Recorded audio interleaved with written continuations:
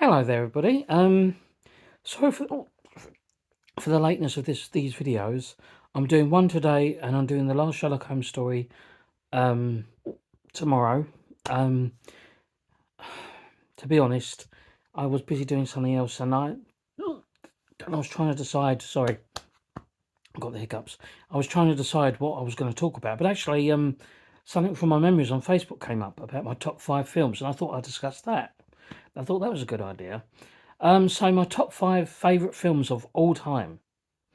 Um, and number 5 is Star Wars. Star Wars: A New Hope. I thoroughly enjoyed watching this when I was a kid. I still do. I do actually like the Star Wars films. Um, I think they're pretty cool and very good. The sequels are all right, I suppose, but they're not great. They're not bad. They're just, mind you, saying that, I did get very excited to go and watch The Force Awakens when that came out. So yeah, that was good. So that's number 5. Number 4 is Raiders of the Lost Ark. Now I must admit that I was 6 when this film came out, and when it was shown on the telly in '84, I think '84, Christmas Day '84. I never really paid too much attention to it because I was busy playing with my He-Man toys at the time.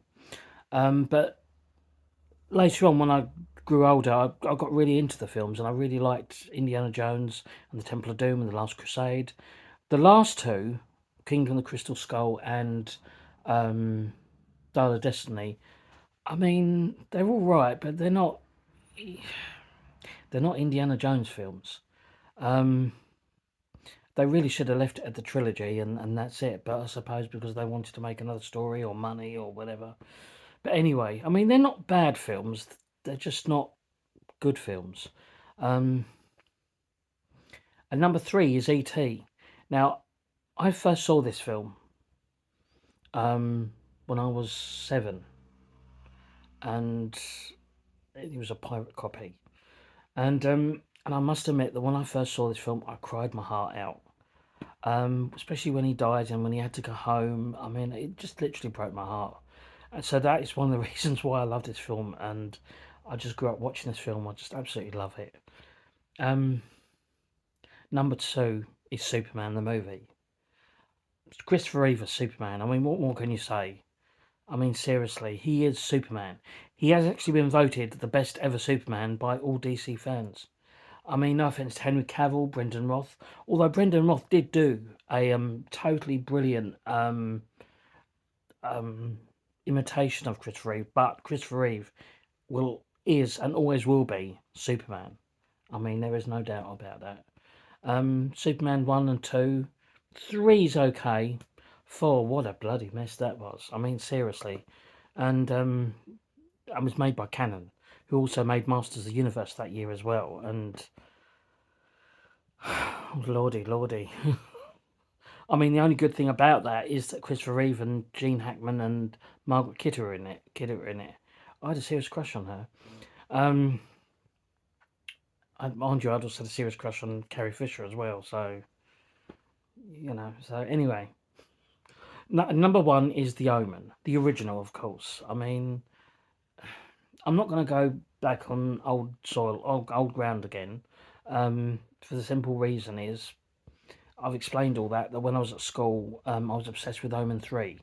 But that was because I liked the idea of good overcoming evil. In the end, Jesus won and the devil lost. Um, yeah, and I got into so much trouble for that at school and at home, and because they thought I was going to become a Satanist or whatever, and a Satanist. Anyway, so yeah, the original Omen film, which is a classic, Gregory Peck, Lee Remick. As I've said before, I'm not too keen on the Omen prequel they've done this year, trying to change the law of how Damien was born, and no, they should. An Omen 4 is just a travesty. I mean, it was a TV made for film back in 1991, and I actually got really excited about it. But when I saw it, and I thought, well, okay, maybe I was in a bit in denial about it, but a lot of people have said Omen 4 isn't great. And the remake is just basically the same film with different actors, which reminds me, I would like to do I'm gonna do another video. Well, I will be doing another video when I come back between on the 30th of the difference. Well, they're not even so much differences. Red Dragon and Manhunter. They're both the same film or the same story, but made entirely by different actors and different people. But it's basically the same story. But they both have different feels to the the um the films, because they're all played by different So yeah, and that, ladies and gentlemen, is tonight's video. I'll do the last Sherlock Holmes story, chapter 3, part 3, I think, or part 4. I can't remember now. But anyway, I'll be doing chapter 3, the next part, tomorrow. And to be honest, I just wanted to get this one out. And yeah, anyway, thank you very much for watching. I hope you enjoyed this one. Sorry it's another short and sweet video. Tomorrow is my last day at work, and I'm going to be on holiday afterwards, so I want to get these videos out, and so yeah. But I will be back tomorrow with the last Sherlock Holmes video, and then after that I'll be back on the 30th of June. Okay, right, bye bye for now. Take care.